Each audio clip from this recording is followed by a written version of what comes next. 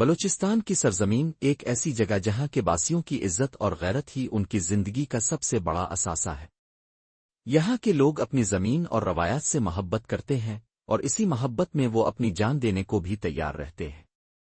نواب اکبر خان بگٹی بھی انہی لوگوں میں سے ایک تھے جن کی شخصیت اور کردار کی جڑیں بلوچستان کی ثقافتی روایات اور قبائلی اقدار میں پیوست تھیں۔ نولائن نواب اکبر خان بگٹی کی شخصیت کی گونج صرف بلوچستان کی سرزمین تک محدود نہ رہی بلکہ پورے پاکستان میں ان کا نام عزت اور احترام کے ساتھ لیا جاتا تھا۔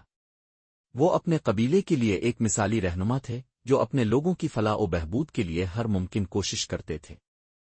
ان کی رہنمائی میں بگٹی قبیلہ ایک مضبوط اور متحد جماعت کی طرح کام کرتا تھا اور ان کے فیصلے ہمیشہ قبیلے کی عزت اور روایات کے مطابق ہوتے تھے۔ یہ 2005 کا سال تھا جب سوئی کے علاقے میں ایک ایسا واقعہ پیش آیا جس نے پورے بلوچستان کو ہلا کر رکھ دیا۔ لیڈی ڈاکٹر شازیہ جو سوئی میں اپنی خدمات انجام دے رہی تھیں، ان کے ساتھ ایک ایسا ظلم ہوا جس کی کوئی نظیر نہیں ملتی۔ ان کا ریپ کیا گیا اور جب تحقیقات کا دائرہ وسیع ہوا تو معلوم ہوا کہ مجرم کوئی عام شخص نہیں بلکہ ایک فوجی افسر تھا۔ واقعے نے بلوچستان کے قبائلی نظام اور روایات کو چیلنج کیا۔ نواب اکبر خان بگٹی جو کہ قبیلے کے سربراہ تھے نے فوراً اس معاملے کو اپنے ہاتھ میں لے لیا۔ ان کا مطالبہ تھا کہ مجرم کو قبائلی جرگے کے سامنے پیش کیا جائے تاکہ اسے قبائلی اصولوں کے مطابق سزا دی جا سکے۔ یہ مطالبہ صرف انصاف کا تقاضا نہیں تھا بلکہ پرویز مشرف کی حکومت کا دور کا مسئلہ تھا، ایک ایسا دور جب طاقت اور غرور نے انصاف کو اندھا کر دیا تھا۔ ریاست نے نواب بگٹی کے مطالبے کو نظر انداز کیا اور بجائے اس کے کہ مجرم کو قبائلی جرگے کے سامنے پیش کیا جاتا، ڈاکٹر شازیہ کو دباؤ اور دھمکیوں کے ذریعے ملک سے باہر بھیج دیا گیا۔ نواب اکبر خان بگٹی جو اپنی قوم کی روایات کے محافظ تھے، اس بے انصافی کو کسی صورت برداشت کرنے کے لیے تیار نہ تھے۔ وہ جانتے تھے کہ اگر آج اس معاملے کو چھوڑ دیا گیا تو کل کو ان کی قوم کی عزت پر مزید حملے ہوں گے۔ انہوں نے ریاست کے تمام پیغامات کو مسترد کرتے ہوئے صاف الفاظ میں کہہ دیا کہ وہ اپنی قوم کی عزت کے معاملے میں کوئی سمجھوتا نہیں کریں گے۔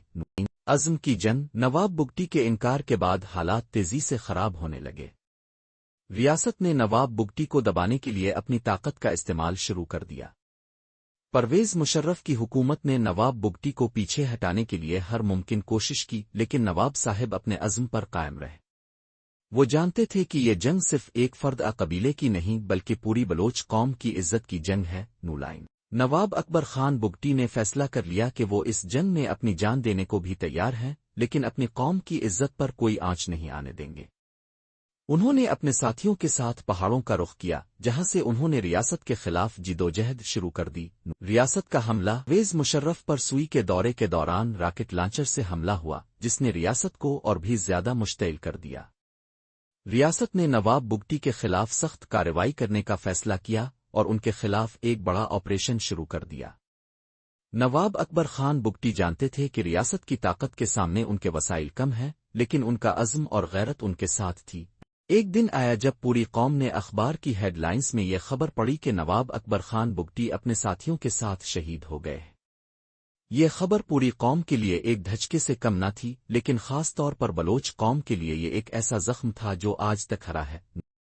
نواب اکبر خان بگٹی کی شہادت نے بلوچ قوم کے دلوں میں ان کے لیے عزت، محبت اور غیرت کو مزید گہرا کر دیا۔ ان کی موت نے ان کی زندگی کی مانند ایک ناقابل فراموش داستان رقم کی جو جبر، ناانصافی اور اصولوں کی قربانی کی عظیم مثال ہے۔ بلوچستان کی سرزمین پر نواب بگٹی کا نام ہمیشہ ایک ایسے رہنما کے طور پر زندہ رہے گا جس نے اپنی قوم کی عزت اور وقار کی حفاظت کے لیے اپنی جان قربان کر دی۔ ان کا قصہ ہمیں یاد دلاتا ہے کہ کبھی کبھی ایک شخص کی غیرت اور عزم پوری قوم کی شناخت اور وقار کا محافظ بن جاتا ہے۔